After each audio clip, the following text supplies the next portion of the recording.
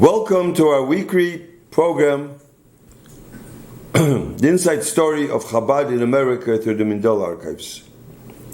Today is Chamisha Asar B'Av, the 15th day of Av, and the Gemara says, Lehoyu Yomim Tovim BeYisrael Ki Chamisha Asar B'Av Uchayoyim HaKippurim. Can you imagine?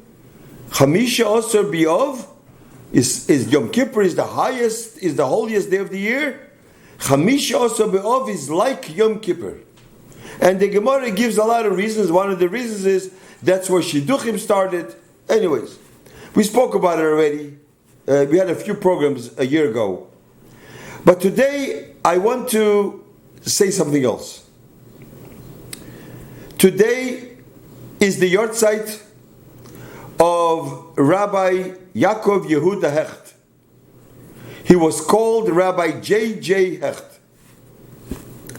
And I want to share with you a letter from the Rebbe that someone wrote to the Rebbe. He was concerned about Rabbi Yaakov Yehuda Hecht's health.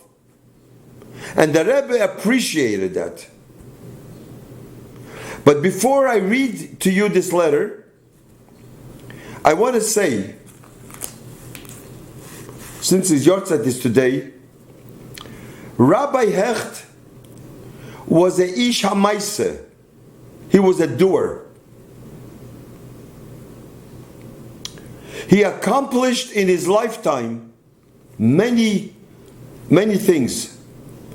And one of his biggest accomplishments, what he accomplished in this world, and many Baalei Tshuva, is because he was the head of the release time of the Wednesday hour. And I'll tell you soon what it is. When the Frierdiker Rebbe came to America in 1929, the first time, the Frierdiker Rebbe put a lot of keiches about, he went to Washington and Albany to pass the law to have religious instructions. 1 hour a week. And the Frierdiker Rebbe, coming to the United States, had a connection with President Hoover. Later on, the Rebbe had our Rebbe with President Eisenhower, President Truman, Nixon, President Kennedy, correspondence, and Rabbi Mindel. We have all the correspondence, which we are going to share with you maybe in the future, between the president and the Rebbe. And the Rebbe sent, our Rebbe, sent Rabbi Hecht, Rabbi Mindel, Rabbi Uriel Zinner, Rabbi Hollander to Washington and Albany to pass the law of the youth of the Wednesday hour, and Baruch Hashem, they were successful. What is Wednesday hour? Public school children go to public school every day till 3 o'clock. On Wednesday, they pass a law, with the permission of the parents, they can leave 2 o'clock, an hour earlier, and go to, it's called religious instructions. So lahavdil the goyim, they take them to church. So we take the Yidden, these are children that have no connection to Yiddishkeit. They have nothing. They have no yeshiva, no Talmud Torah. Just 1 hour a week, we give them something to know. By the Rebbe, this was very important. I had a very close relationship with Rabbi Hecht. Rabbi Mindel lived in Long Beach. So in the late 1970s, early 1980s, Rabbi Mindel asked me, since there's so many Jews in Long Island, in Long Beach, that don't know any Yiddishkeit, maybe you can speak to Rabbi Hecht to have a release time, open up a release time, go to public schools, a lot of work. And I went to Rabbi Hecht. Rabbi Hecht right away said, of course. He helped me out. and we opened the release time. Then we had a camp, hundreds of children. So, Rabbi, and we have a lot of Baal Tshuvas. Many Baal Tshuvas from that release time live in Crown Heights. Many of them have already children and grandchildren that are shluchim all over from that release time that we had in Long Beach.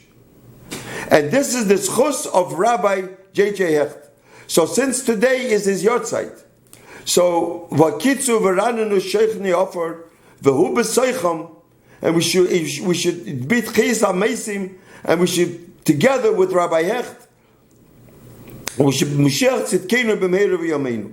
So when the Frierdiker Rebbe in 1940 began advertising the Wednesday hour, some Gedolei Hador those days were against it very much. And they were saying that it's bittul Torah to take Bachrim and go on Wednesday, take off from learning, and go teach children, they take away from their own learning. They say you're not allowed to do it, and there was a whole thing, and I don't want to go into it now. But I do want to say one word. And I think the Rebbe once mentioned that, but I heard it from my father. Whatever the Rebbe does is chassidus, and this is what the Eibishter wants. Whoever goes against that, I will quote a Chassam Sofer.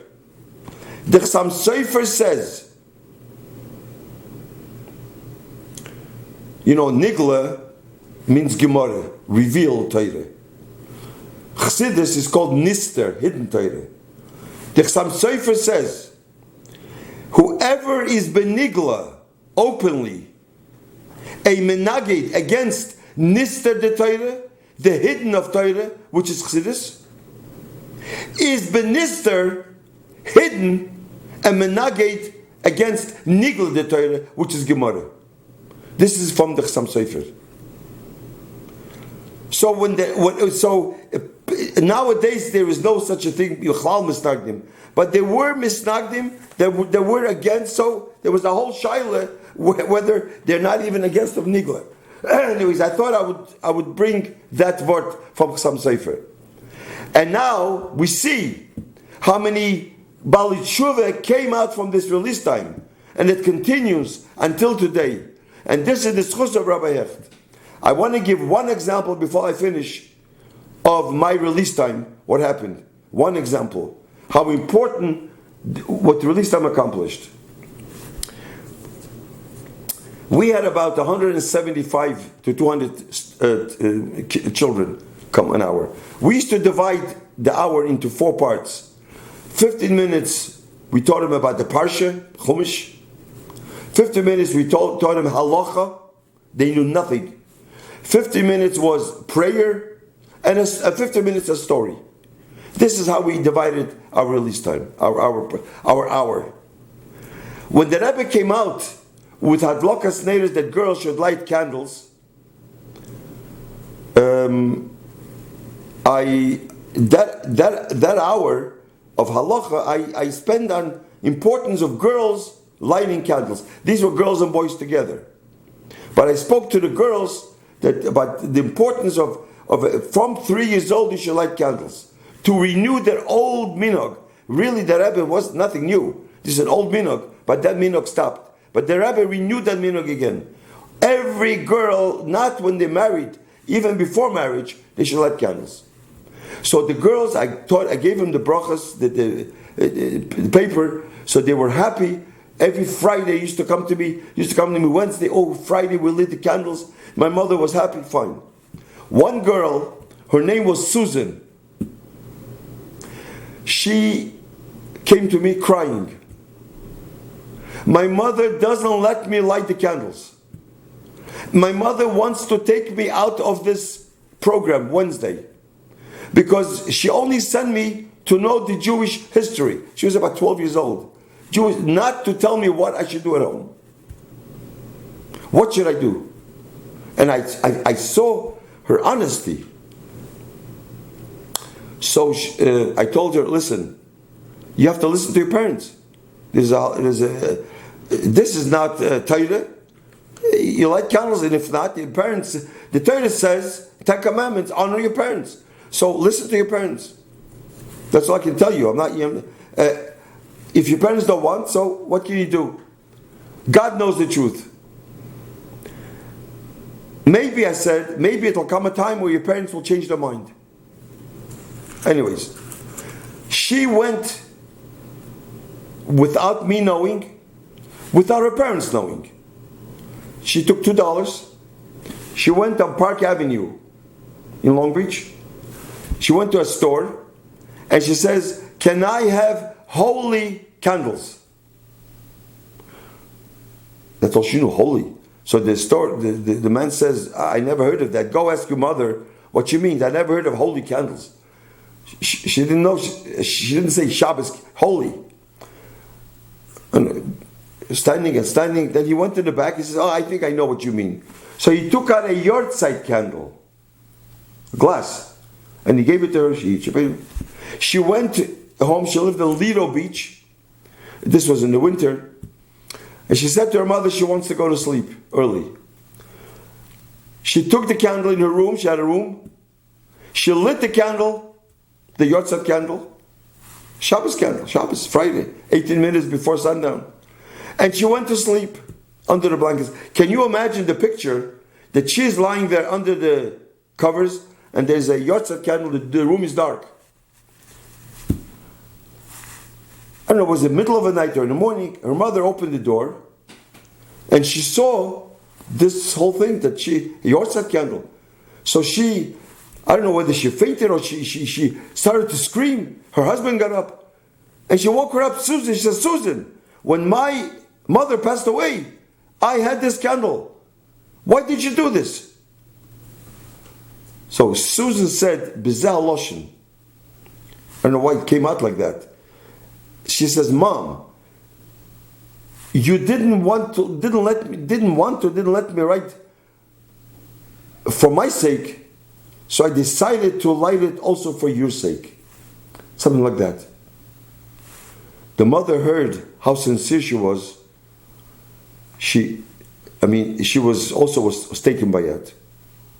The end is, because of this story, this girl was sent into the Hebrew Academy of Long Beach. The mother sent her to Hebrew school. She went to a camp later. I think it was Camp Amun. She's married. She lives now in Israel. She has children. And they all go with derech haTorah v'hamitzvah. This is the example of a child of release time. And this is the schus of Rabbi Hecht.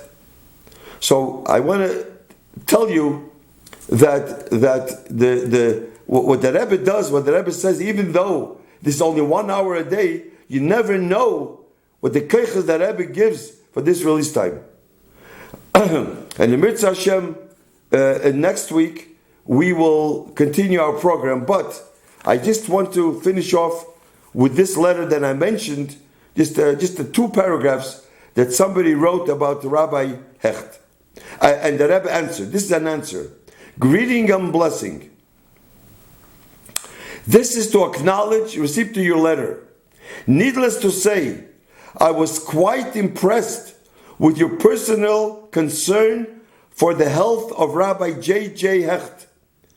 In the present day and age, it is particularly heartwarming to see such concern of one Jew for another, to the extent of taking the trouble to write a letter about it. And although our sages declare that every person is like a whole world, it is certainly so in the case of a person whose whole life is dedicated to the education of numerous Jewish children, each one of whom is also a whole world. As for the situation itself, I trust that things will improve, inasmuch as the matter of taking care of one's health is one of the basic mitzvahs of the Torah, since it is customary among Jews to try to make good things even better, I will take this opportunity of expressing my sincere hope that you and all your associates who are working for the Committee for the Furtherance of Jewish Education will be able to do even more than in the past, which will have a salutary effect on Rabbi J.J. Hecht, as well as all who are associated with the outstanding work of the committees. I extend prayerful wishes to you for a growing measure of Hatzlacha in all above, which will also widen the channels to receive God's blessings for you and all yours in all your activities. And the Rebbe signs this letter. It's a beautiful letter. And so, Mitzvah Hashem, next week, since I started here about health, I will have one more program from the Rebbe about health in Mitzvah Hashem next week. Thank you very much.